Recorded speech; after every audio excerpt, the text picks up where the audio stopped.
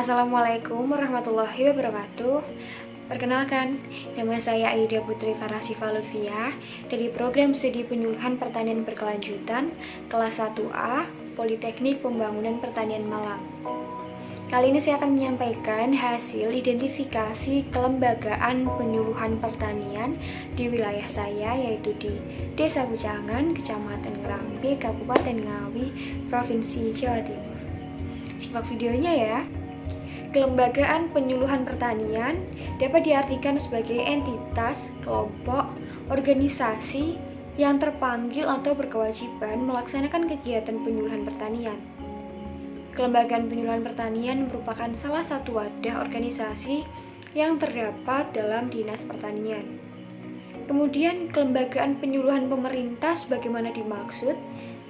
Yang pertama, pada tingkat pusat berbentuk badan yang menangani penyuluhan, kemudian pada tingkat provinsi berbentuk badan koordinasi penyuluhan, pada tingkat kabupaten atau kota berbentuk badan pelaksana penyuluhan, dan pada tingkat kecamatan berbentuk balai penyuluhan pertanian. Sedangkan pada tingkat desa berbentuk pos penyuluhan desa atau kelurahan.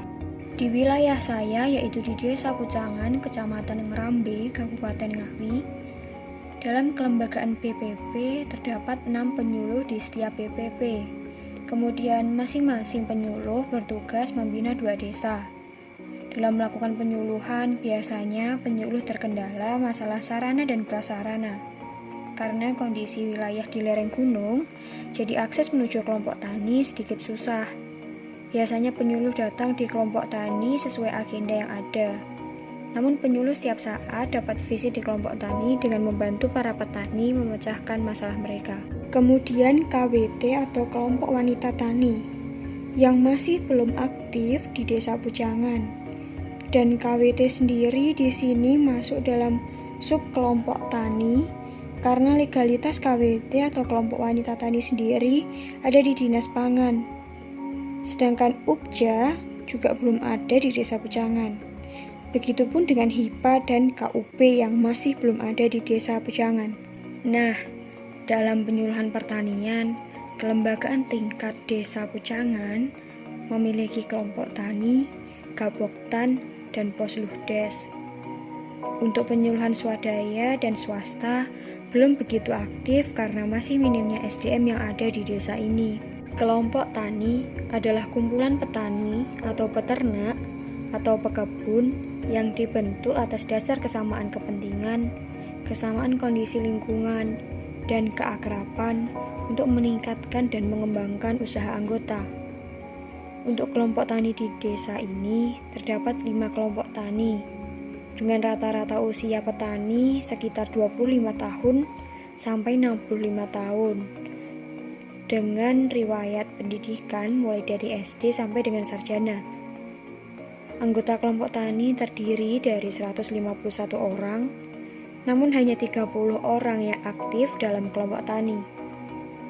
Kemudian usaha kelompok tani yang dikembangkan seperti persewaan mesin potong rumput, persewaan diesel baja, dan berbagai kegiatan usaha peningkatan produktivitas petani.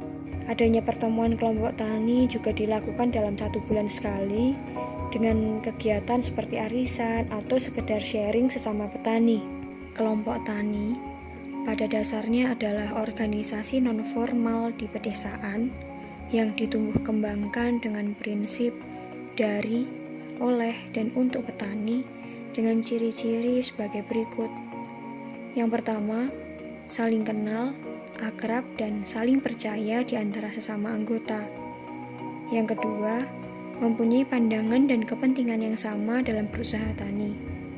Yang ketiga, memiliki kesamaan dalam tradisi atau pemukiman, hamparan usaha, jenis usaha, status ekonomi maupun sosial, bahasa, pendidikan, dan ekologi.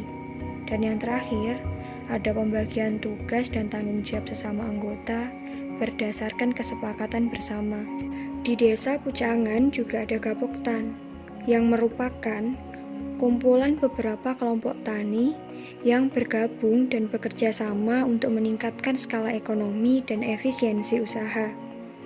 Fungsi Gaboktan sendiri yang pertama penyediaan pupuk bersubsidi, benih bersertifikat, pestisida, dan lainnya, serta menyalurkannya kepada para petani melalui kelompoknya.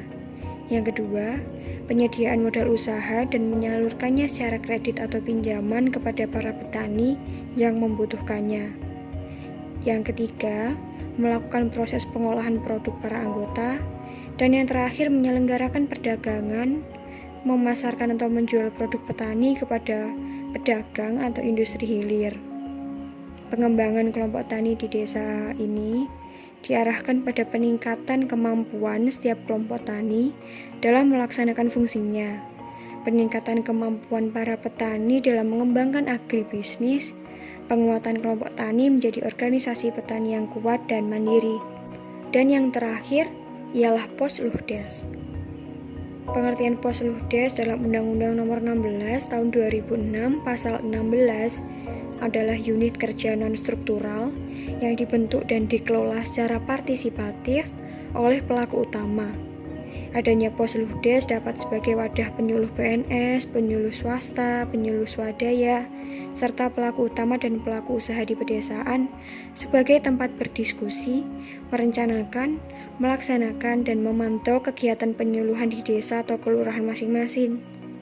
Di desa Pucangan ini, untuk Posluhdes sudah ada dan aktif.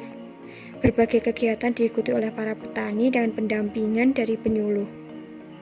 Fungsi Posluhdes yaitu untuk melakukan kegiatan seperti menyusun program penyuluhan, melaksanakan kegiatan penyuluhan di desa atau kelurahan, menginventarisasi potensi wilayah, masalah dan pemecahannya, melaksanakan proses pembelajaran melalui percontohan, uji coba, dan pengembangan model usaha, kemudian menumbuh kembangkan kemandirian, kepemimpinan, serta kewirausahaan, dan yang terakhir melakukan kegiatan pertemuan rutin, rembuk tani, temu lapang bagi pelaku utama dan pelaku usaha. Sekian pemaparan video dari saya, semoga bermanfaat untuk kita semua. Wassalamualaikum warahmatullahi wabarakatuh. Sampai jumpa kembali.